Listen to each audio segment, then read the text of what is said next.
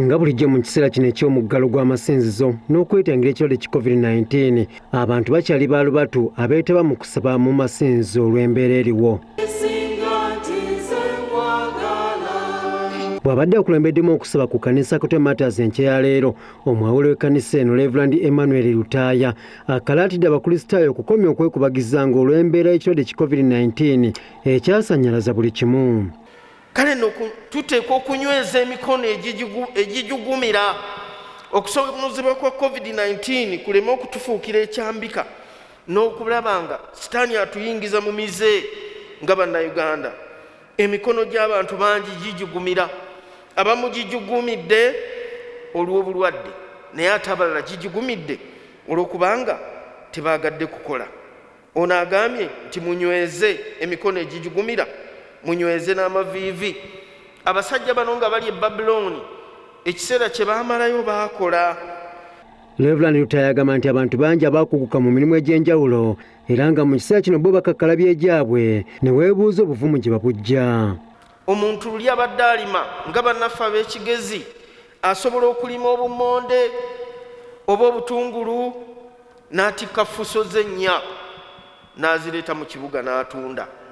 Bwe kityo bwe kibadde bannaffe eri Busoga abalima ennyo kasooli n'aleeta n'atikka, era bw'otuuka mu kisenyi w'okakasiza nti omulimu guno waliwo bannannyiniga abaagwekwata, kubanga ebyuma ebisinga obungi ogenda okuwulira olulimi olwogera oba olwogerwa oba olwogerebwa ng'omanya noga bano omulimu baagufuna batya bwe bati. Ate okusaba ku Lutikko ya Paulo Omutuukirivu Namirembe okusaba kukulembeddwamu Reverand Agnes Tendo Ssemwanga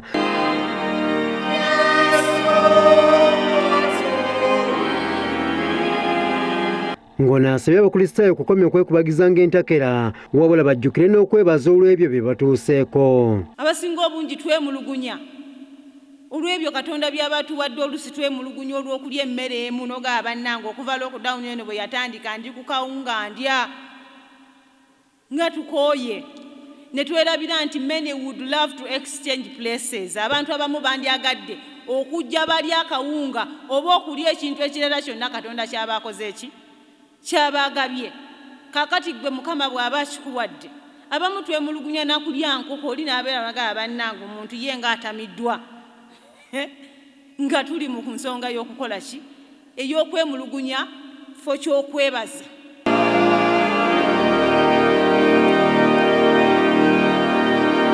Ate okuyimba misa ku ekereziya ya Yesu St. Ensambya, misa eno eyimbiddwa Father Dennis Yiga.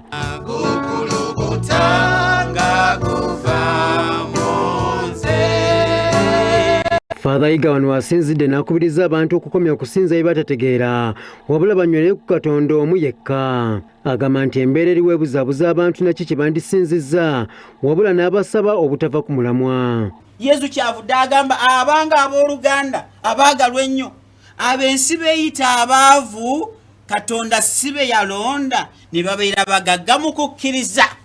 Mulaba omulalu oli eyajja ku mukolo gwange bw'asitudde okukkiriza naffe abadde babulidde mu mmere ne Father omulamba abulidde mu mmere. Katonda omulalu atujje mu mmere atulengeza ki eggulu. Agambye wano ndi mulalu naye mu ggulu sigenda kuba ki.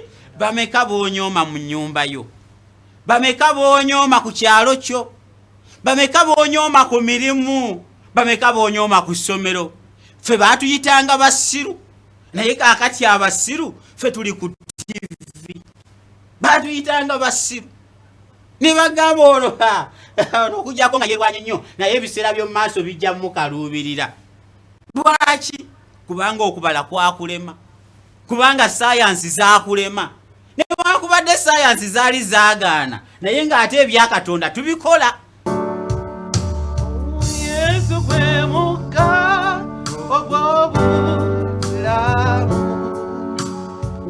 Tosubane Sabbiiti ejjange enteekateeka eno yemu egenda mu maaso. Kiyingi Moses, Deuta TV, Amasukulumu.